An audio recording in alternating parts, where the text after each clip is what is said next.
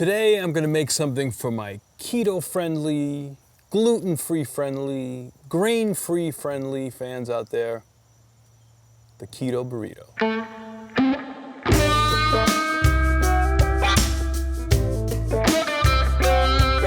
One of the earlier videos that I did on konjac noodles, I briefly mentioned that I was on a keto diet, and that's something I really want to clarify. I did start a keto diet with the intention of cutting out my carbs and losing some weight, and I found out very quickly that the wisest thing for me to do was to seek the advice of a nutritionist. Keto diet is something that, if you're not doing it properly, could really affect you in a negative way.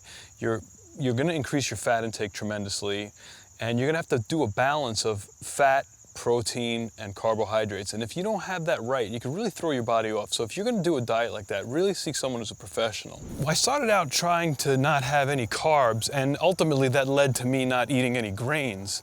What wound up happening was I started feeling really good. My nutritionist told me that certain grains really aren't good for me, like rice and corn and wheat and beans. There were things in my life that I would no longer be able to have that I enjoyed for my entire life. And one of those things was bread-like products. I can do away with not having sliced bread. I can even do away with not having pasta. But man, to not have like a tortilla or a wrap, that was tough. So I went on the internet and I looked for a low-carb, keto-friendly tortilla. And I was lucky because I found one. So I want to thank Myra from mypcoskitchen.com for contributing the recipe, or the initial recipe, of the gluten-free pita that I'm going to show you how to make today. I modified it a little bit. You can try both and see which one you like better. Don't get me wrong, hers is excellent, but that's what I do. I mess around with recipes. So thank you, Myra, for that. I really appreciate that you came up with that recipe. I'm even more appreciative of the fact that you made that public. That's a great recipe. It's an excellent alternative to a tortilla. Thank you for that. One of the things that I wanted to add to my burrito was a cabbage salad, like a slaw. And I thought to myself, well, if I commit to buying a head of cabbage, I'm also going to commit to making a ton of burritos. I decided that I'm going to make this cabbage in the style that I make my cabbage salad in my restaurant. If you want to use this in your burrito, don't worry about it, because there'll be plenty left over in the fridge that you can add to your meals for the whole week.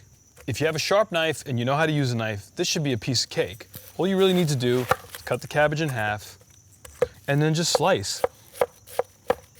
Try to slice it thin. I would say 1/8 inch slices. I would rather cut this by hand than sit there and clean a food processor. Now, if you haven't seen my video on making dressing, you should watch it, because that's a key ingredient here. All I'm adding to this is organic garlic powder or organic granulated garlic. A little bit. I made this dressing. It's my olive oil vinaigrette. Shake it up really, really well. You should always have this in the fridge. It's so convenient, so easy to make. Just douse it all over the salad. You want to mix this up really, really, really well. I like to give it a little squeeze as I'm mixing it up, because it releases some of the juice from the cabbage and the carrot, and that kind of becomes part of the dressing. And as you squeeze it, you'll see that the cabbage starts to soften a little bit. And as this stays in the fridge, it'll soften up a little bit also. This is just a great salad to have ready to go on the fly. You might want to taste it for a little salt. It's perfect, it needs nothing. This is going to be awesome on our burrito. When you're making the wrap for the keto burrito, it's imperative that you follow the recipe to the T, and you have to weigh everything out. The other most important element here is you absolutely have to boil the water that you use here. Don't use cold water, it will not work. I'm gonna weigh the water out. You really don't need to weigh it out, because kilograms to milliliters is the same for water. But basically what you're gonna do is you're gonna add 250 milliliters of water, or 250 grams of water. To the water, we're gonna add 3 teaspoons of Celtic sea salt. While that's happening, let's weigh out our dry ingredients. We're gonna use some organic almond flour that I bought from Costco. We're gonna use 300 grams of this organic almond flour. To this, we're gonna add 12 tablespoons of psyllium husk. This psyllium husk powder that I'm using here is organic. A couple things you need to know about psyllium husk. The human body is incapable of digesting psyllium husk. So basically it's a fiber. When you're on a keto diet, more than likely in the beginning you're not eating enough vegetables, and sometimes that can constipate you. So the psyllium husk will actually help with that, but if you're not drinking enough water, it can really bind you up. So you don't want to eat too many of these burritos in one day. You will definitely notice it the next day, because there is a huge amount of fiber here. 2 teaspoons of baking powder.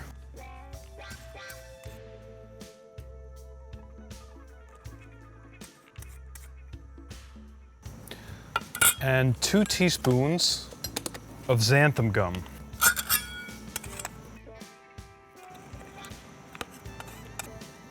Also, we're gonna add a 1/4 teaspoon of monk fruit extract.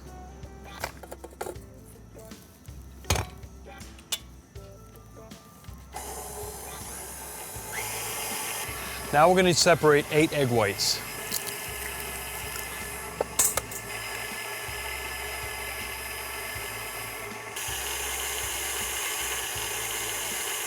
Then last, we're gonna take our boiled water and we're gonna add it to this.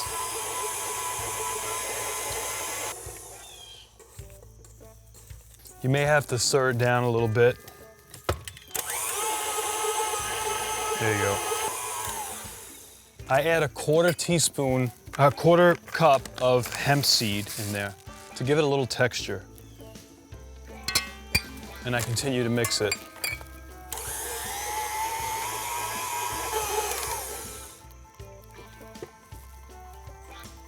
And I'm gonna let it rest for 5 minutes. Then we're gonna portion it off and turn it into tortillas. It's quite spongy, and I'm gonna divide it into 8 equal portions, or roughly 8 equal portions. We're gonna turn this into a little bit of a ball, just like that. Grab our parchment paper. We put a sheet of parchment paper down. I put the ball in the middle. And then we're gonna add another piece of parchment paper on top of that. Like that. Kind of flatten it out. Get the biggest pot you got, or a cast iron skillet, that works really well. And just press it down. If you have a tortilla press, that's great. If you don't, this works really, really, really well. And just kind of smush it around, get a circle out of it.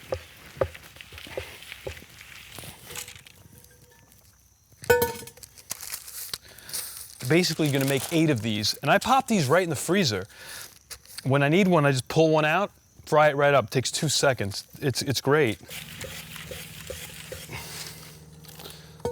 Whew, get a little bit of work out there, but there you go. Put those in a bag, pop them in the freezer. They're very versatile. They make excellent sandwiches. They make excellent wraps for hot dog buns. And now, right now, we're gonna turn them into burritos. I came across this pre-cooked steak at Costco. Grass-fed beef, pretty good. They come in these individually wrapped portions. This would pretty much make a really good dinner for 3 people. The net weight is 2 pounds, so this is about 1 pound here. We start off by just heating this up. I wouldn't even re-season this.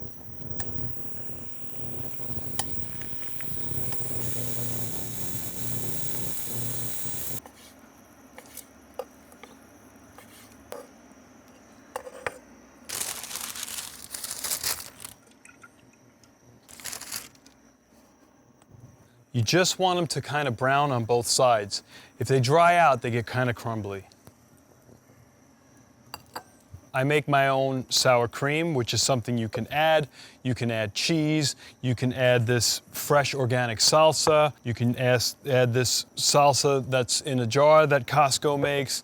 I use this hot sauce, which happens to be Tabasco Chipotle. It's my favorite. I buy this by the half gallon from Amazon. It's fantastic.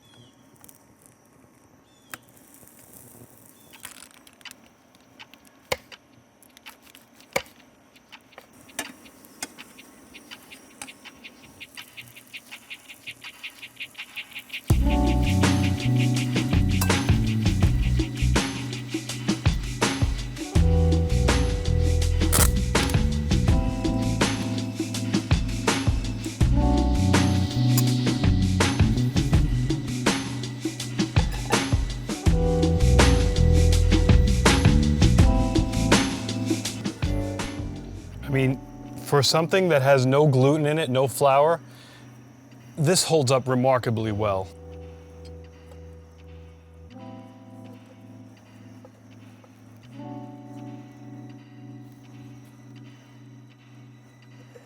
There you have it, the Keto Burrito. Gluten-free, carb-free, grain-free. Don't be afraid to try this. Go to warehousechef.com. I'll give you the detailed recipe there. Please hit subscribe so this way when the next video comes out, you'll be informed right away. Thank you so much for tuning in, and I look forward to seeing you next week.